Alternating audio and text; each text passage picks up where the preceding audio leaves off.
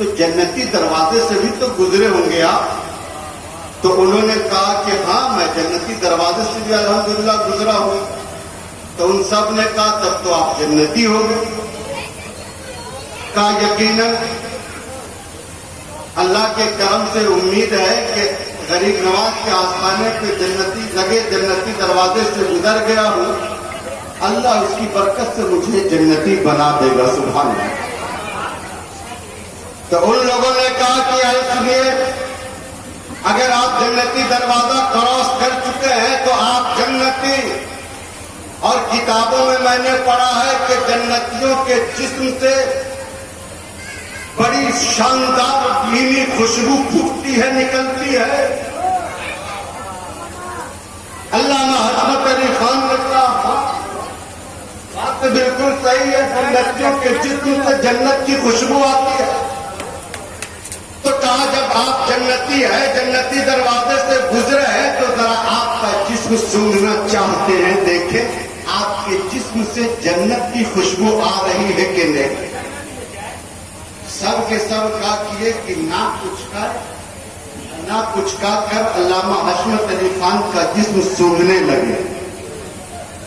جب جسم سونگنا شروع کیا تو سب ناک بسوڑ کر, منہ بسوڑ کر کہتے ہیں ارے جناب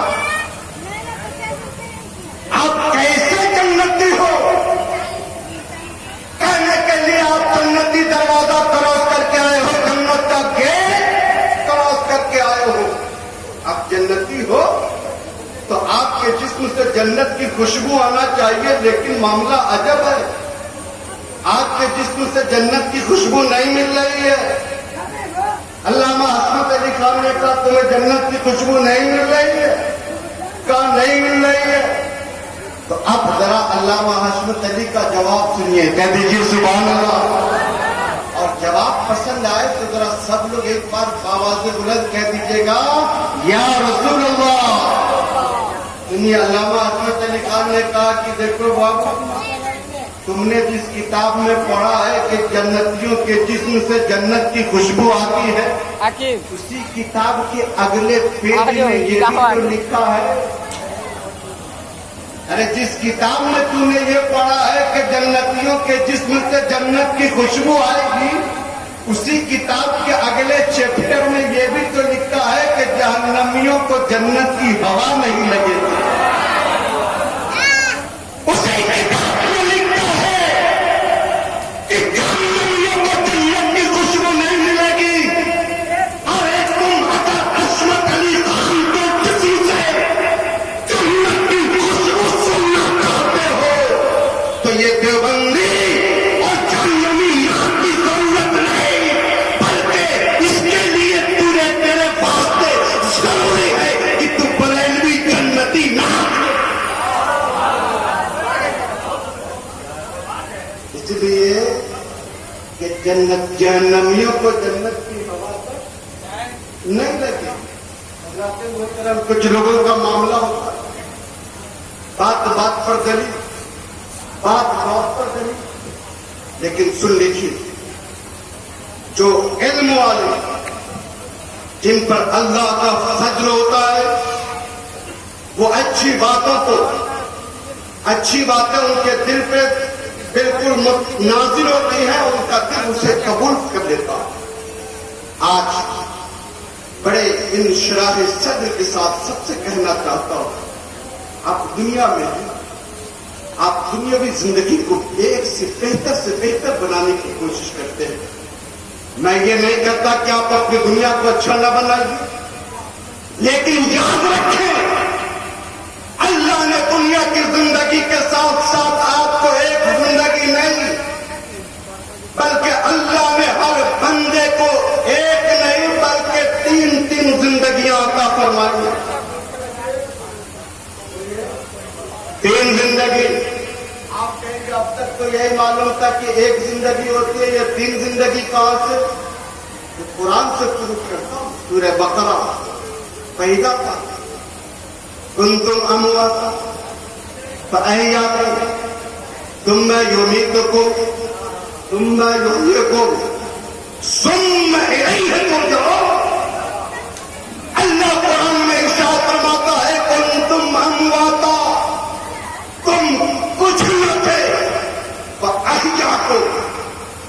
ماں اور باپ کے ذریعے میں نے تمہیں اس دنیا میں پیدا کیا، پہلی زندگی۔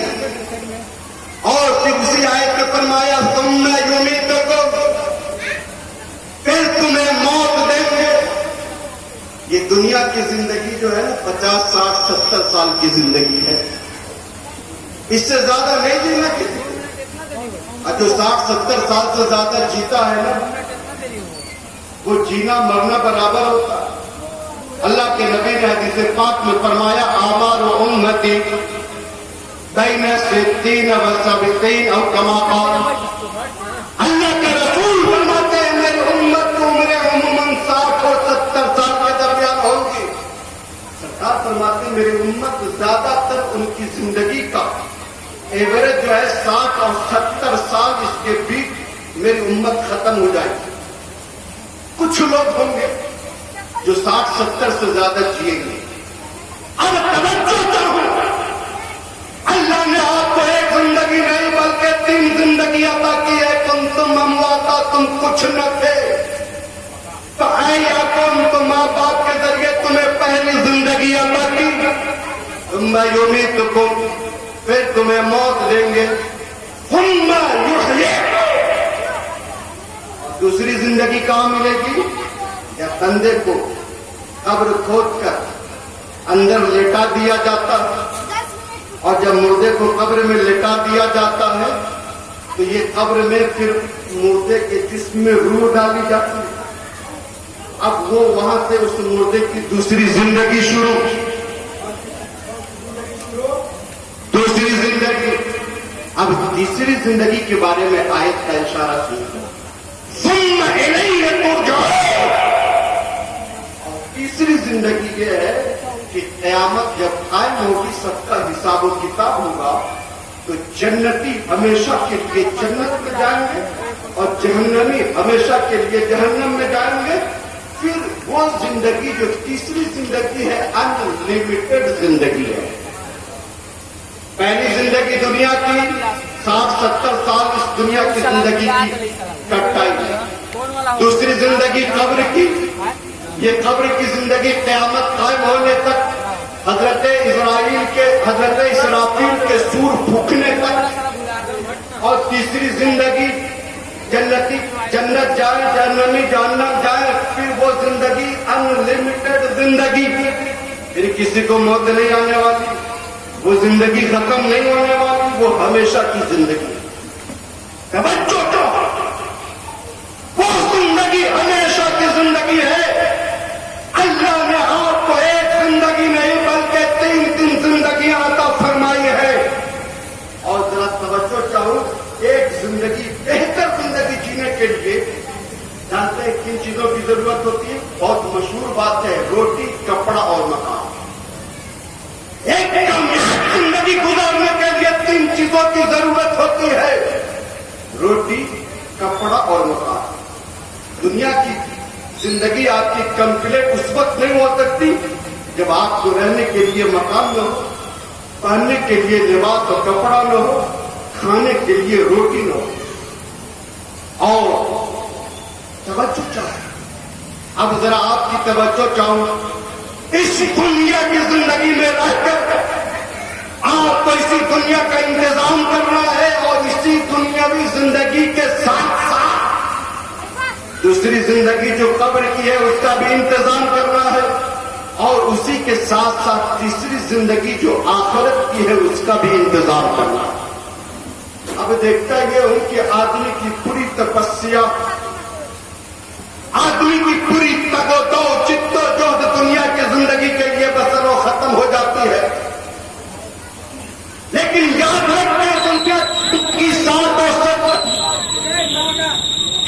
اور اسی 60 70 سال کی زندگی میں اس دنیا کے روٹی کپڑا مکان کا بھی انتظام کرنا ہے، اور دوسری زندگی جو ہے قبر کی، وہاں بھی روٹی کپڑا اور مکان کا انتظام کرنا ہے، اور تیسری زندگی جو آخرت کی ہے وہاں بھی روٹی کپڑا اور مکان کا انتظام کرنا ہے۔ اب آپ کہیں گے کہ دنیا کی روٹی تو سمجھ میں آتی ہے، کپڑا سمجھ میں آتا ہے، مکان سمجھ میں آتا ہے، یہ قبر میں روٹی کپڑا مکان وہ کیا ہے؟ تو سنیے بتاتا ہوں آپ۔ قبر میں بھی ہر بندے کو مکان کی ضرورت ہے، قبر میں بھی ہر بندے کو لباس کی ضرورت ہے، قبر میں بھی ہر بندے کو غذا کی ضرورت ہے۔ کیسے سنیے، بندہ جب قبر میں لٹایا جاتا ہے تو دو فرشتے ہیں منکر نکیر آتے ہیں، بندے کے روح جسم میں روح ڈالتے ہیں، اور روح ڈالنے کے بعد اٹھاتے ہیں کہ من ربک ما دینک ما کنت تقول فی شأن ھذا الرجل، بتا تیرا رب کون ہے، بتا تیرا دین کیا ہے، بتا تو دنیا میں رسول اللہ کے بارے میں کیا کہتا تھا۔ توجہ چاہو، اگر بندہ صاحب ایمان ہے تو جواب دیتا ہے، اور جو جواب کمپلیٹلی دے دیتا ہے تو اب جانتے ہیں ایک آواز آتی ہے، علماء جانتے ہیں، پڑھا ہی علماء، ایک آواز آتی ہے کہ میرے بندے نے سچ کہا، میرے بندے نے سچ کہا،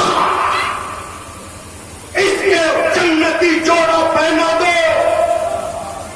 ہو گیا لباس کا انتظام، ہو گیا کپڑے کا انتظام، اور فرمایا گیا کہ میرے بندے نے سچ کہا، تو حکم ہوتا ہے کہ میرا بندہ جہاں تک دیکھے، ایک روایت کے مطابق اس کی نگاہ کی روشنی جہاں تک کام کرے، میرے بندے کی قبر اور اس کا مکان اتنا کشادہ کرے۔